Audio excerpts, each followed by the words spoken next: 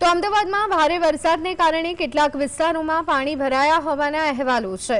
તો આવી પરિસ્થિતિમાં જિલ્લા વહીવટીતંત્ર અને પોલીસ દ્વારા ઝડપી કામગીરી હાથ ધરવામાં આવી રહી છે। હાલમાં કોઈપણ હાઈવે બંધ કરવામાં આવ્યા નથી અને પરિવહન વ્યવસ્થા સામાન્ય રીતે ચાલુ છે।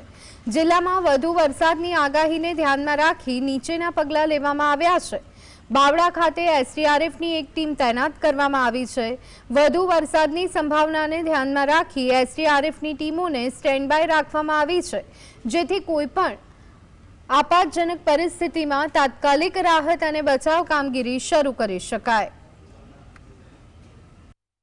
જે દરેક તાલુકા કક્ષાએ અને જિલ્લા કક્ષાએ આપણા કંટ્રોલ રૂમ ચાલુ છે અને કોઈ પણ જાતની સૂચનાઓ એવી આપને આવે કે કોઈ પણ જગ્યા કોઈ તરણાઈ ગયા હોય કે એવી કોઈ પણ સૂચના આવે એના માટે આપનું સમગ્ર મામલતદાર કક્ષાએ અને તાલુકા વિકાસ અધિકારી કક્ષાએ પીઆઈ કક્ષાએ આ બધી ટીમો આપની રેડી છે અને કંટ્રોલ રૂમમાં ગમે તે કોઈ સૂચના મળે છે તો તાત્કાલિક ધોરણે આ જગ્યા ઉપર પહોંચીને આપની ટીમો જરૂર પડશે તો રેસ્ક્યુ વગેરેની પણ કામગીરી